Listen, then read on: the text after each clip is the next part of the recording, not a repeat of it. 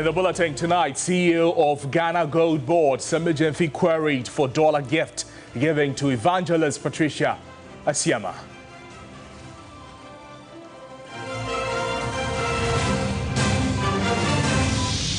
Also tonight, U.S. judge cuts $18 million defamation award against Kennedy Japan to $500.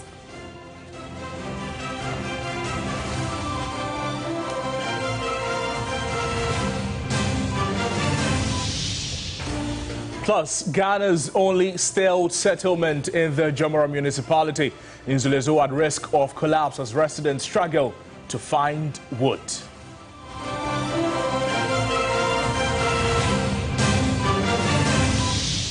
In business news, Ghana Union of Traders Associations questioned PURC's justification to continue with proposed utility tariff hike amid the rapid rise of the cedi.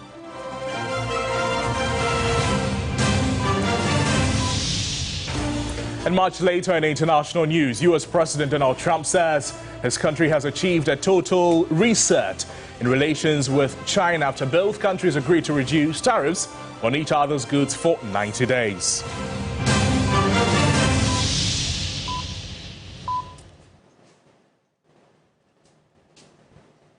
Reminder that we're live also on all our social media platforms at TV3 Ghana. Please do well to like our page, leave a comment. We'll be glad to share them with the rest of the world. Let's begin the bulletin from here. The acting chief executive officer of the Ghana Gold Board, Sami Gyamfi, has met with the chief of staff, Julius Debra, today, Monday, May 12, after being urgently summoned to answer questions over a viral video showing him handing an undisclosed amount of cash to controversial evangelist Nana Agrada. TV3 sources say Gyamfi left the presidency around 11 a.m. Monday, appearing remorseful and pensive following the closed-door meeting. The video, which has sparked widespread public criticism, shows the public official making a cash handover to Patricia Odro-Kranton Nana Agrada, raising ethical concerns and calls for enforcement of President Mahama's Code of Conduct for public officials. Sources say the presidency takes a serious view of the issue that has generated widespread discussions, with many asking the president to reprimand him and also ask him to apologize for his indiscretion.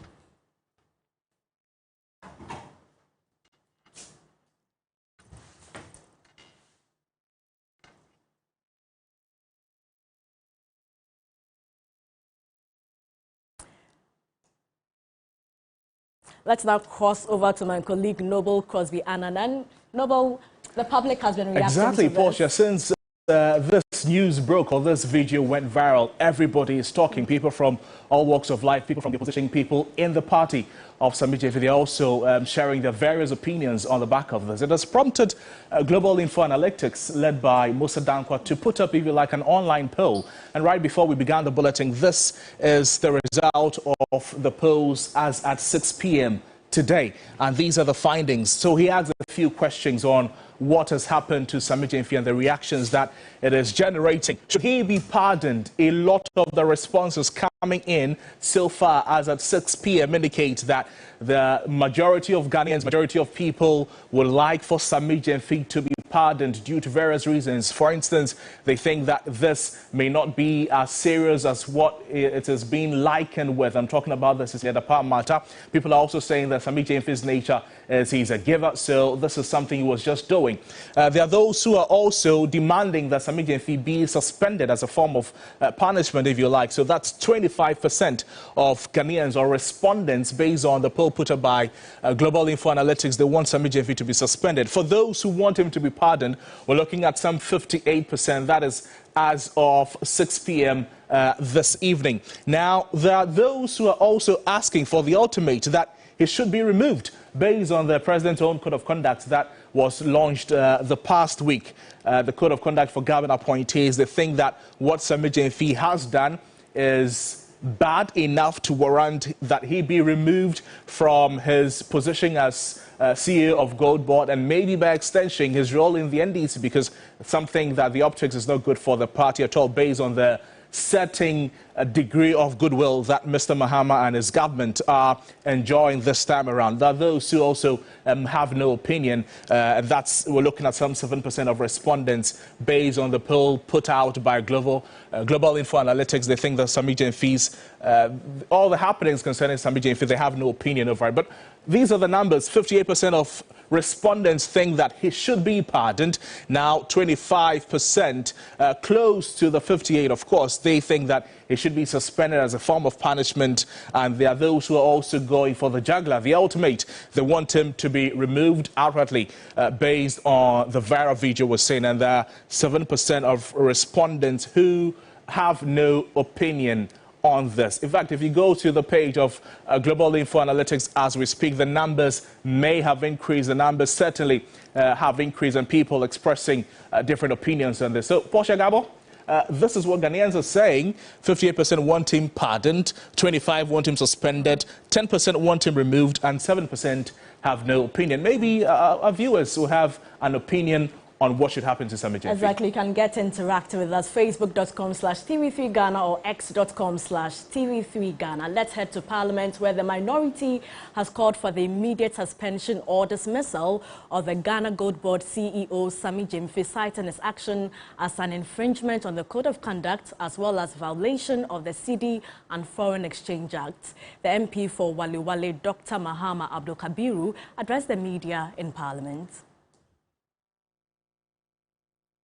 Dr. Mahama Abdul Kabiru said the display of the foreign currency by Sammy Gyamfi is a betrayal of public trust.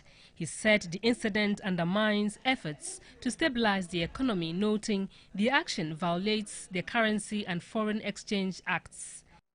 The Ghana Cedi is the sole legal tender in Ghana. There is no justification whatsoever for keeping stacks of dollars, because foreign exchange businesses and international payment are regulated under Section 16 and Section 15, which provides that, and I quote, each payment in foreign currency to or from Ghana between resident and non-resident or between non-residents shall be made through a bank. The action of Mr. Sammy Gyamfi in keeping, spending, and circulating foreign currency is also an offense under Section 26 of the Currency Act. The Wale Wale MP also said there is an obligation on Evangelist Patricia Odro, alias Nana Agrada, to pay tax on the money received. There is that obligation to pay tax, and that is regulated by the income tax laws of the country. The income tax laws require that any gift received of a value, especially in money, you have to pay tax on it. So the clock has started ticking for her as well. We expect the GRA to demonstrate commitment towards curtailing the continuous evasion of gift tax, which has remained unaccounted in their books. The minority group, among others, called for the immediate suspension or dismissal of the Ghana Gold Board CEO.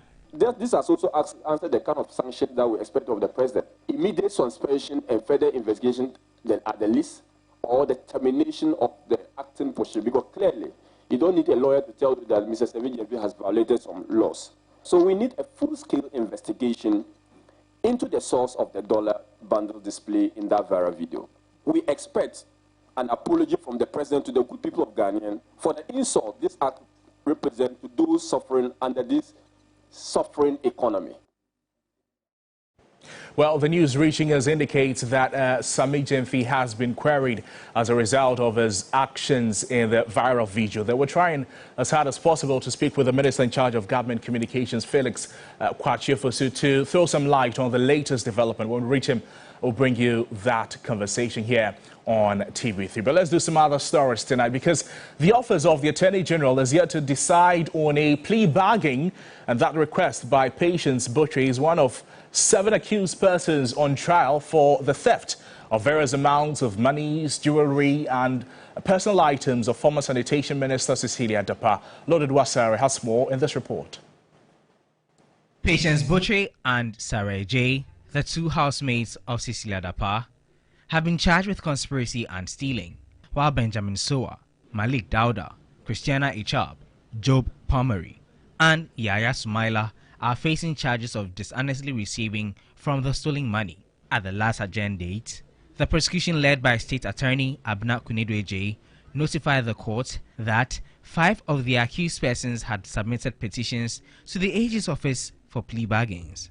But in court on Monday, May 12, the State Attorney indicated that the plea bargain requests of Sarah J, Benjamin Soa, Malik Dauda, and Yaya Sumaila had been withdrawn, and the AG's office was considering the request by first accused Patience Butchie. She informed the court that the Attorney General is yet to make a decision on the request. Presiding Judge Marie-Louise Simmons directed the prosecution to refile their motions after they hinted of an application to request the court to grant a freeze order on alleged properties purchased by the accused persons with the alleged stolen monies. The judge suspended the further cross-examination of Madame Cecilia Dapa by lawyer for Sarah J after noting his absence. Lawyer for the third and fourth accused persons cross-examined the former minister, after which the case was adjourned to Friday, May 16. Still in court, investigative journalist Anas Arimiyawa Anas has confirmed that a U.S. court has reduced a defamation award against the former Ascent Central Member of Parliament Kennedy Ejapon from $18 million to $500. This follows a legal request filed by lawyers for Kennedy Ejapon. The ruling was delivered after the trial judge agreed that though Kennedy Ejapon had defamed Anas, the amount awarded by the jury was excessive. The court upheld the jury's findings of malicious defamation but reduced the financial penalty. In a press release issued on May 11, Anas, through his investigative firm Tiger IPI, acknowledged the revised judgment.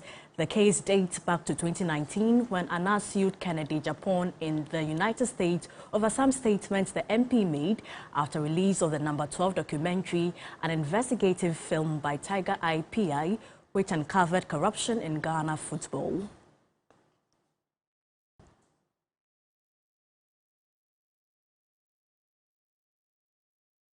Let's bring you some other stories tonight, as more than 10,000 nurses and midwives have left Ghana in search of better working conditions abroad. The Ghana Registered Nurses and Midwives Association says the trend, if left unchecked, could cripple the country's healthcare system.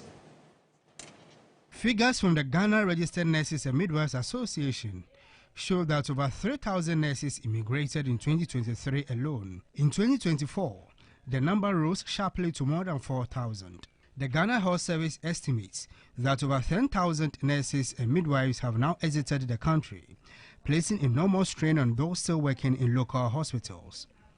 Health experts warn the figure could triple by the end of the year unless swift action is taken. Speaking at this year's International Day of Nurses and Midwives, GRNMA President Perpetual Furampofo called for urgent improvements to working conditions to curb the mass exodus. Some of our colleagues have also emigrated, seeking greener pastures elsewhere. And it's all because they complain that their pay is not good, the working conditions are not the best, they need equipment to work with, they are not there, so they've left. And once they have left and they have not been replaced, what we have is increased workload. And where there's increased workload, the resultant effect is burnout among some of our nurses and midwives. And the solution is simple. We need to find a way of ensuring that we ethically manage migration. Deputy Chief of Staff Nana Oye Bampo Ado responded by assuring government is preparing to roll out a new policy to address the crisis. We have allocated 480 million cedis in the 2025 budget for nursing trainee allowances. We have uncapped the National Health Insurance Levy programming, so we have 9.93 billion for claim payments, for essential medicines, for vaccines, for free primary healthcare initiative, and the newly introduced Ghana Medical Care Trust, Bahama Cares. Poor remuneration remains a major concern. A revised condition of service document remains unsigned, fueling frustration among health workers. Practitioners in deprived communities also complain about the lack of allowances, inadequate infrastructure, and inconsistent water supply, all of which hinder effective service delivery. Perpetual Furampofo renewed her call for urgent reforms. Washing of hands is a continuous effort to ensure that we don't transfer organisms from a surface or from one person to the other. But in some of our facilities, water supply is a great challenge. They are buying water in tanks. The Deputy Chief of Staff, Nana Oyebampo Ado, assured government commitment to address the challenges. We are going to establish national partnerships, and we aim to offer nurses meaningful employment opportunities whilst retaining the integrity of our healthcare system and enhancing Ghana's global standing. Other speakers at the event stressed the need for a long-term policy framework that supports nurses and midwives without increasing their burden. In a related development, the UK government has announced a significant policy shift aiming to reduce migration figures by abolishing the care worker visa route. This is expected to have far-reaching implications not just for the UK, but also for Ghana. In this explainer, Judith Brown explores the impact of this policy change on the country. The UK government plans to phase out care worker visas affecting thousands of individuals from countries like Ghana who seek employment in the UK's health and social care sector. While the new policy aims to reduce reliance on international recruitment and promote domestic training and skills, the UK's decision to abolish care worker visas will likely have a significant impact on Ghana's economy and healthcare sector. Many Ghanaians have relied on working in the UK's care sector to send remittances back home and gain valuable experience. For instance, in 2022, a BBC report found that over 1,200 Ghanaian nurses joined the nursing register of the United Kingdom, which at the time was actively recruiting from Ghana. Care workers in the UK are concerned about the critical staff shortages. But as it stands, the UK's immigration policy shift will likely have long-term implications for Ghana's relationship with the UK and its position as a destination for international students and workers. Judith Brown, TV3 News.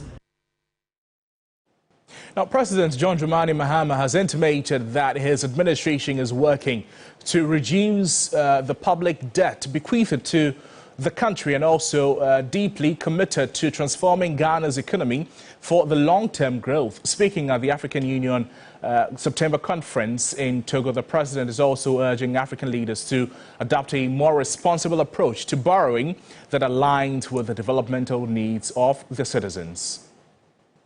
Shift from managing debt crisis to unlocking debt as a tool for development, then Africa must adopt a new public debt management agenda that is rooted in three foundational pillars. And the first one is transparency and accountability. Debt should serve the people, and this means strengthening parliamentary oversight, enhancing public debt audits, and promoting open budget systems. According to the IMF, less than 40% of African countries publish detailed debt reports. This must change. The second is productive, efficient, and responsible borrowing. Borrowing must be tied to high-impact projects that deliver tangible returns to our people. In Ghana, we're prioritizing value-added agriculture, renewable energy, road infrastructure, digital infrastructure, and health and education sectors. All these sectors yield multiplier effects in jobs, exports, and innovation. Let's now go to the western region where in Zolezo, Ghana's only naturalized stilt settlement in the Jomoro municipality is at risk of collapse as residents are challenged with accessing a critical resource that would to maintain the settlement.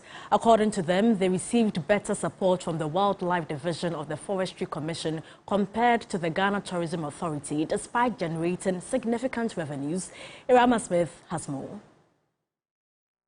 Located about 90 kilometers west from Takoradi in the Jomoro district, in Zulezu, Ghana's only natural stilt settlement has a population of over 500.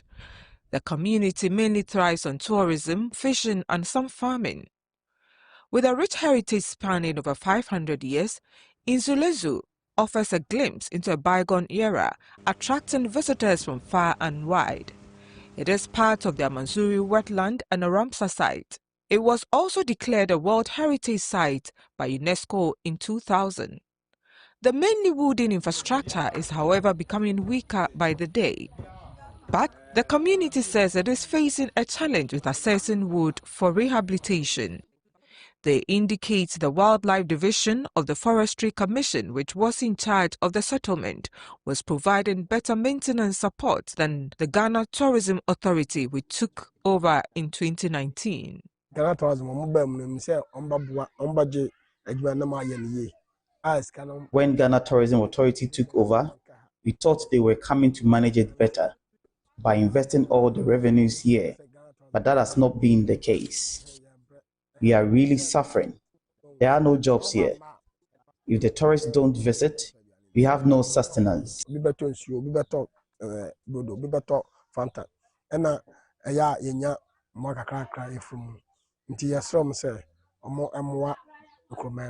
first, Inzulezu was not like this. The Wildlife Division managed it very well. But now, everything is run down. Revenue from the site is collected by site management based at Benin, the closest community to the settlement.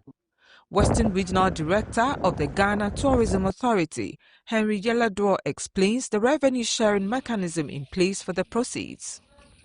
If people are saying that Ghana Tourism Authority is collecting the money but not remitting, that is not true. As I said, the MOU that was signed with the site put together a governing board. We're supposed to share them any money that comes in this formula. Awula Ano gets 5%. Stulands get 10%. Western Traditional Council gets 10%. Beyin community gets 10%. Inzulezu community gets 15%. The chief of Inzulezu gets 10%. Then there's supposed to be a fund that is supposed to be revolvable. As I said, whatever money GTA got is supposed to be in the form of a loan. So they are supposed to keep back 30% in an account that is supposed to pay back. The assembly gets 5%. Then Ghana Tourism Authority gets 5%. He adds that the last time the Ghana Tourism Authority signed and collected money from the site management was in 2021 when they conducted the first revenue sharing. He has called on the site managers for a re-evaluation of how the monies are utilized. Let me put on record that the last time Ghana Tourism Authority signed and collected money from the site was in 2021 when they did the first sharing. Since then, no money has come to Ghana Tourism Authority. Irama Smith, TV3 News, Inzulezu. Well, let's have a conversation on the back of this and speak with the Deputy Director, Corporate Affairs of the Ghana Tourism Authority, Kofi Kakra-Kusi. Kofi, thank you for joining us this evening. Quite a worrying story there. Talk to us about the impact of the situation residents in Inzulezu are facing on the tourism aspect of the place. Yes, my brother, thank you. Thank you. We appreciate the support of TV3 in respect of this story. If you look at our LI 2393, the tourist sites regulations, we have to regulate and standardize our tourist sites, and Inzulezu is no exception. If you look at the tourism authority, we are bringing new greetings from our chief executive, Mrs. Namie Kwawedeto, and management. Let me say that just as our Western Regional Director indicated, there is a management committee that has been put in place at Inzulezu. We have the Gabor District Assembly, we have Inzulezu State Village Tourism Project, we have Traditional Authority, and the Ghana Tourism Authority, represented by our Regional Director. So, in all these, what we have done is to make sure that the revenue sharing ratio that has been put in place is being adhered to. In as much as it is being adhered to, I know that the Regional Director has spoken about it. If you look at the revenue sharing, we have Awulai Ano Ajay making 5%, the two lands making 10%, Western Traditional Council making 10%, Beyin community making 10%, right. Inzulezu community making 15%, Chief of Inzulezu 10%, Development Core Fund 30%, tomorrow, and then Ghana Tourism Authority 5%.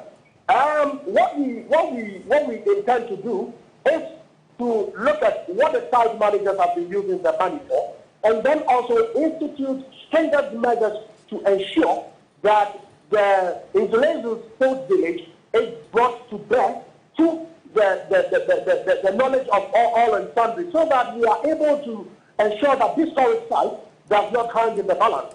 As part of the Black Star experience, we are trying to enhance the various historic sites and attractions, and Insulezu is no exception. Right. We will do well to also make sure that Insulezu gets a facelift in respect of upgrade to tourist sites and attractions. Now, Kusi, at the moment, the residents say they need wood to help them construct the buildings.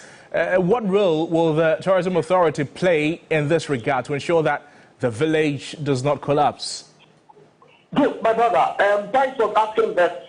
Sometime during we had the Ghana Tourism Development Project that was able to put in place the Tourism Information Office.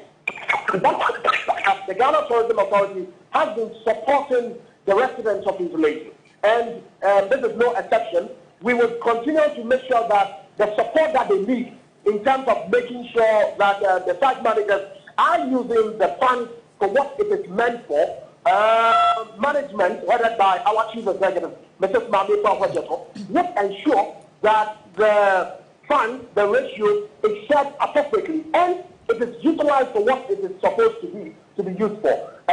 When the story broke, what we have done is to instruct also and then also make sure that our Western Regional Director gets in touch with the site managers and the various committee members, reps from the various institutions that have been mentioned early on, so that they can be able to see how to be able to make sure that this issue is nip in the bud. Once it is nip in the bud, of course, the Tourism Authority will also go forward and make sure that Insulezu becomes one of our preferred tourist destinations for our residents. Thank you. That's notwithstanding, let me say that the Tourism Authority appreciates this story from TV3, and we are going to follow it fully from head to toe and make sure that the right things are being done. But also one thing that we would give to also to the media houses is that please try as much as possible to get close to the committee members so that we are able to give you the needed information like we have done with us. Kofi, thank you so much. Kofi Matakaka Kusi is the Deputy Director of Corporate Affairs of the Ghana Tourism Authority, speaking with us there. In more news tonight, the Finance Minister has tasked the newly inaugurated committee responsible for developing a roadmap for the construction of a new gas processing plant 4 weeks to complete its work. The 15-member committee was inaugurated jointly with the Energy Ministry with the aim of finding solutions to the country's perennial energy challenges. Ghana's power challenges continue to be of major concern to key sector players in the Mahama administration. Of critical importance to dealing with the development is the construction of a second gas processing plant to provide critical fuel to power the country's thermal plants. According to Energy Minister Dr. John Jinapor, the country currently is not meeting its gas demands for a number of its plants. He adds the coming on stream of the new processing plant will create jobs. Even as all of us agree that the cost of electricity hits our pockets, the truth is that that 1 billion is not reflected in the current tariff structure. Demand is projected to increase by about 300 megawatts every year. And so next year, your guess is as good as mine. So something ought to be done urgently to address this situation. The gas processing plant is estimated to generate about 1,500 direct and indirect jobs. Finance Minister Dr. Ato Forson, on his part, tasked the committee to eschew bureaucracies and see to implementing the tasks handed them. The problem, as we see, is far bigger than what the country can accommodate. This simply means that we have to fast track this gas processing plant too. I want to also use this opportunity to urge the technical committee to expedite action and for us to quickly resolve the concerns that have raised. We need to have a second gas processing plant as soon as possible. And I believe that the technical committee will be able to finish their work in time for us to commission a contractor or a business to be able to build a second gas processing plant. If we give you a month, I'm sure, Chair, a month should be enough. Take less tea and a little bit more biscuit. And I'm sure you'll be able to finish this within a matter of 4 weeks. 2 additional committees, a steering committee constituting ministers and heads of agencies, and a communication committee to provide timely update to Ghanaians, were additionally inaugurated. And this is News 360 live from our studios here at Dartey, Dartey. We're going for a break. We're back with more stories. Please stay with us.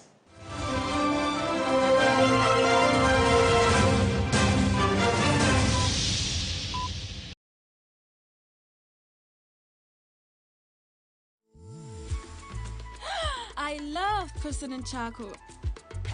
Why? When there are so many other charcoal toothpaste. That's both charcoal and lemon. Oh, does it? Yes. Look right here. Yes. Pepsodent Charcoal has 2 of nature's powerful whitening ingredients. With the power of activated charcoal and lemon essence, it removes stains and whitens teeth naturally. Convinced? Well, I am. Just look at your beautiful Pepsodent smiles. For naturally whiter teeth, Pepsodent Charcoal. Pepsodent. Why are more and more professionals choosing Flamingo paint? As an interior decorator, I aim for that beautiful, elegant look. Flamingo.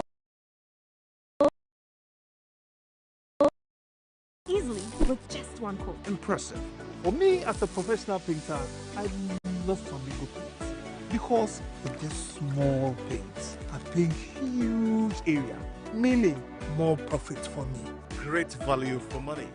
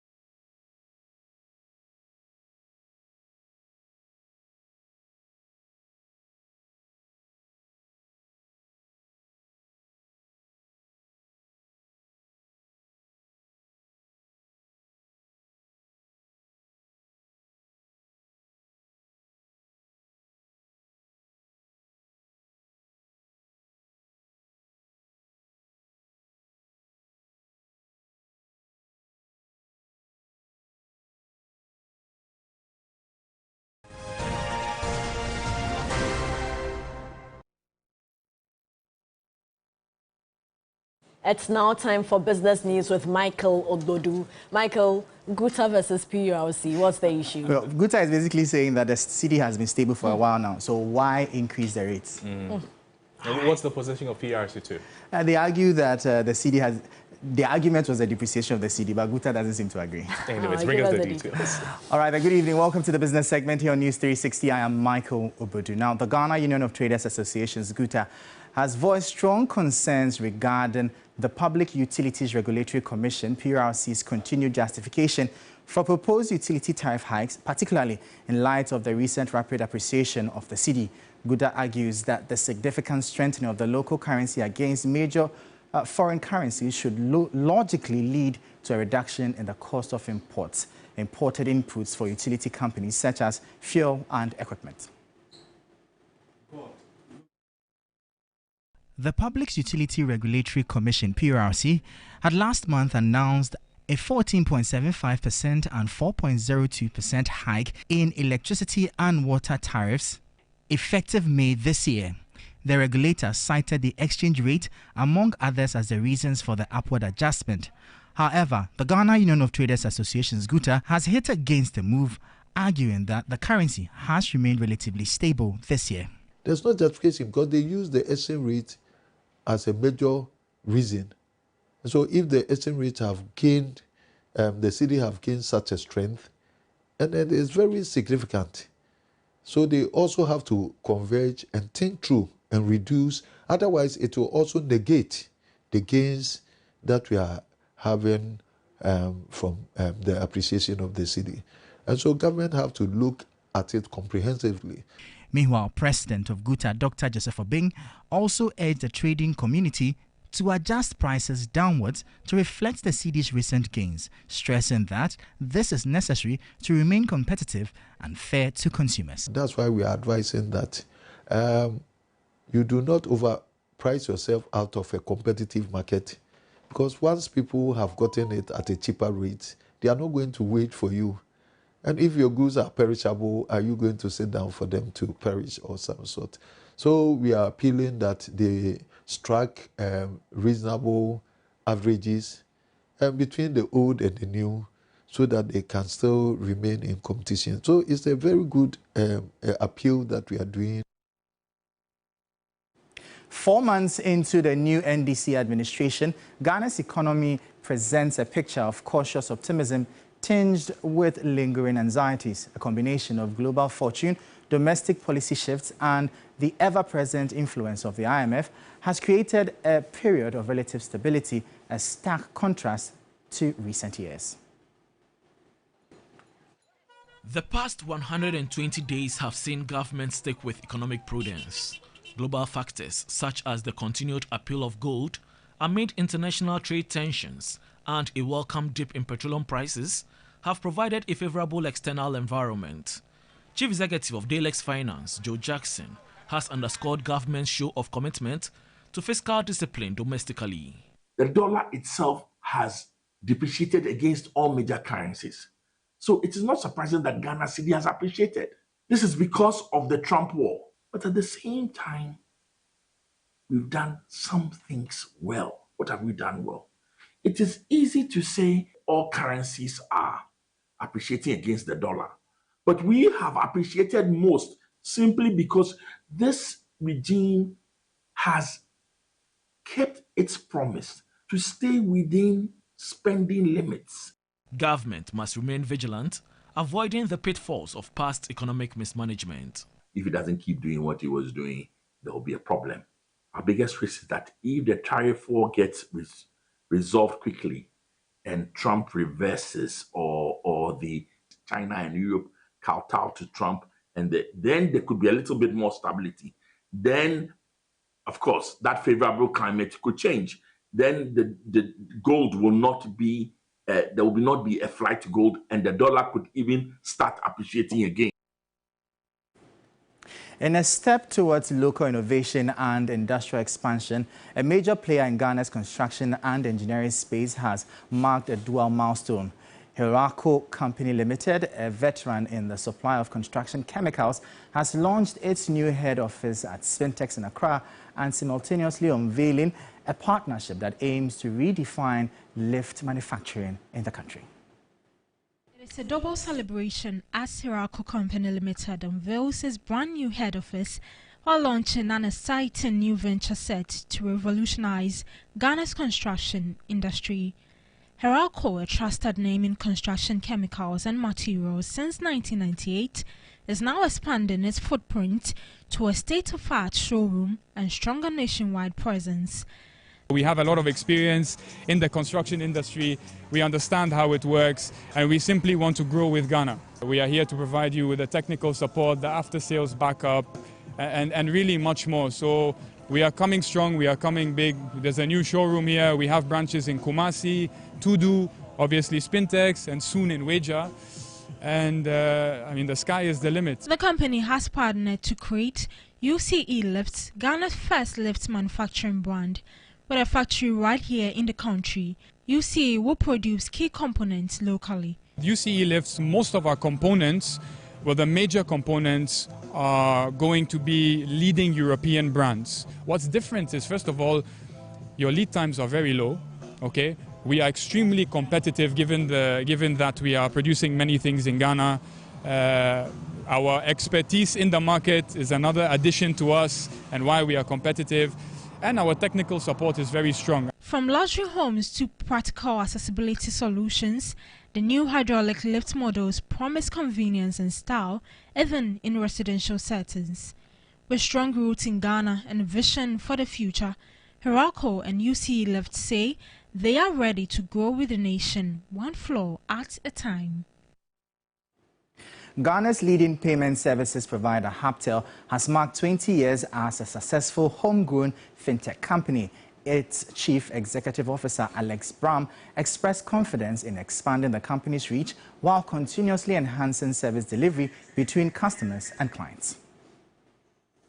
Since its establishment in 2005, Haptel, then operating as SMSGH, has navigated numerous challenges to emerge as a formidable force in Ghana's fintech space, currently controlling over 47% of the market share. The company has revolutionized digital business operations in the country, streamlining payment and strengthening business-to-customer communication. As of 2023, Haptel had securely processed close to 160 billion cedis in transactions and transfers, an outstanding milestone that solidifies its position as Ghana's leading payment service provider. Currently, the company serves over 8,000 businesses and 12 million customers, with a network of 932 delivery riders operating in 8 cities across Ghana. Here is co-founder and CEO Alex Bram reflecting on the company's journey and the challenges overcome. Growth isn't always in numbers, but sometimes it is in the resilience to show up again and again and again. Thank you, God, for teaching us not to chase success, but to seek usefulness, and that in our pursuit to be useful, you give us success, but in your own time. Minister for Communications, Digital Technology and Innovations, Sam Nate George, reiterated government's commitment to supporting and protecting Ghanaian businesses. As a minister for this sector, any Ghanaian business driving innovation, I will support with the might of the government, irrespective of your color, blue, green, red, or whatever. Minister for Youth Development and Empowerment, George Opariado, highlighted the importance of sustaining indigenous enterprises to create employment opportunities for the youth. Unemployment remains one of our greatest challenges, and it is crucial that we tackle it head-on. To effectively combat unemployment, we must harness digital innovation across all aspects. Before we leave you, we'll bring you updates from the currency and the commodities market.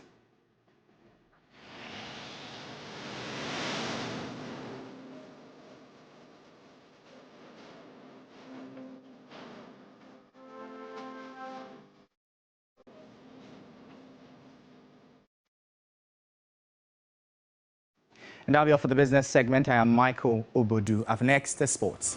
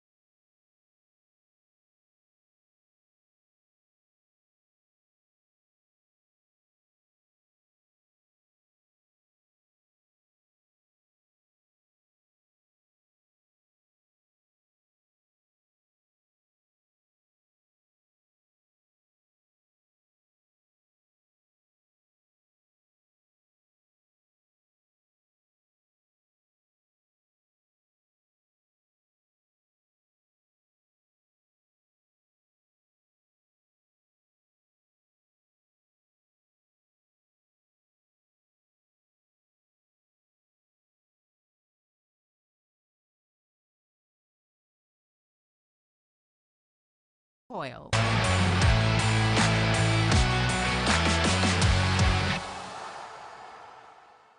Hello, good evening, and welcome to the sports segment here on News360 with me, Oreku Ampofo.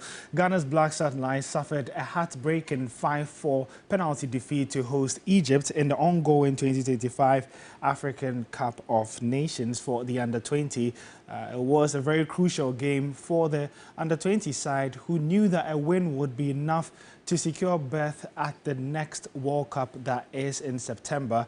After the game ended 2-2 following the Black Satellites comeback, they ended up losing the penalty as Da Costa Entry was the only player to have missed from 18 yards. And so 5-4 ended on penalties after 2-2 in regular time. It's Egypt who march on to an 8th semi-final in the Under-20 competition as Ghana's dream of reaching another World Cup since 2015 continues. My colleague Bilishan gives a more comprehensive breakdown of what transpired earlier at the Suez Stadium. Disappointment, hope, and disappointment again. Those were the full range of emotions that a lot of Ghanaians felt as Ghana crashed out of the Under-20 AFCON in the quarterfinals to Egypt. Of course, they went behind 2 times thanks to some errors, some defensive lapses from Captain Ofori McCarthy and also Gideos as well, the goalkeeper. But there was some glimmer of hope as Abdulaziz Issa scored, and then later Hakim Sulemana scored a penalty. Went into extra time, Ghana received a red card, held on, went to penalties, and then the chaos began. Of course, Da Costa missed his, and Egypt managed to convert all 5 penalties to ensure their qualification to the semi-finals of the competition. Now, this means that Egypt will qualify to the 2025 Under-20 World Cup, and Ghana will miss out. And the last time Ghana actually made an appearance in the Under-20 World Cup was back in 2015. And so Ghana would have to wait for 2 more years to try again in 2027 to qualify. But for now, it is a lot of disappointment, and the players will be kicking themselves after this defeat. So close yet so far away, but the competition continues because up next is the semi-finals of the ongoing Under-20 AFCON. Is Nigeria, Morocco and Egypt, who have confirmed their places in the last 4 of the competition. However, the match between DR Congo and South Africa is still going. Regular time just ended in that one, and so there would be extra time, and if need be, there would be a penalty shootout to separate the 2 sides. Well, that's all that time would allow us for here on the sports segment on News360. My name is Oreku Ampofo. If you're after some more sports stories, you can follow us on social media at 3SportsGH.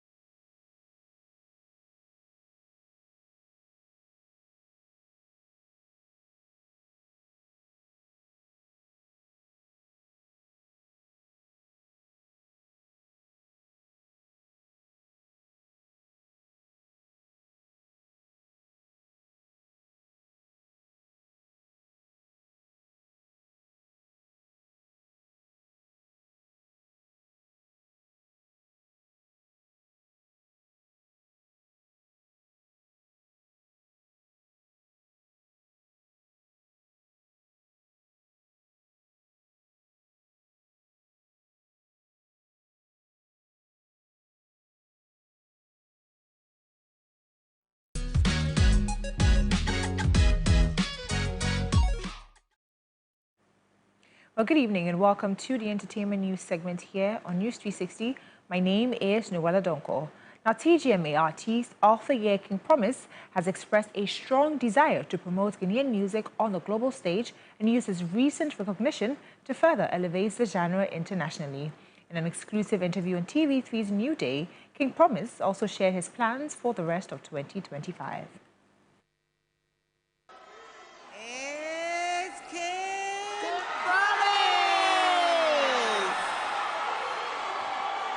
Aside from winning the topmost award, King Promise also took home 3 other accolades: Afropop Song of the Year, Afrobeats Afropop Artist of the Year, and Album EP of the Year.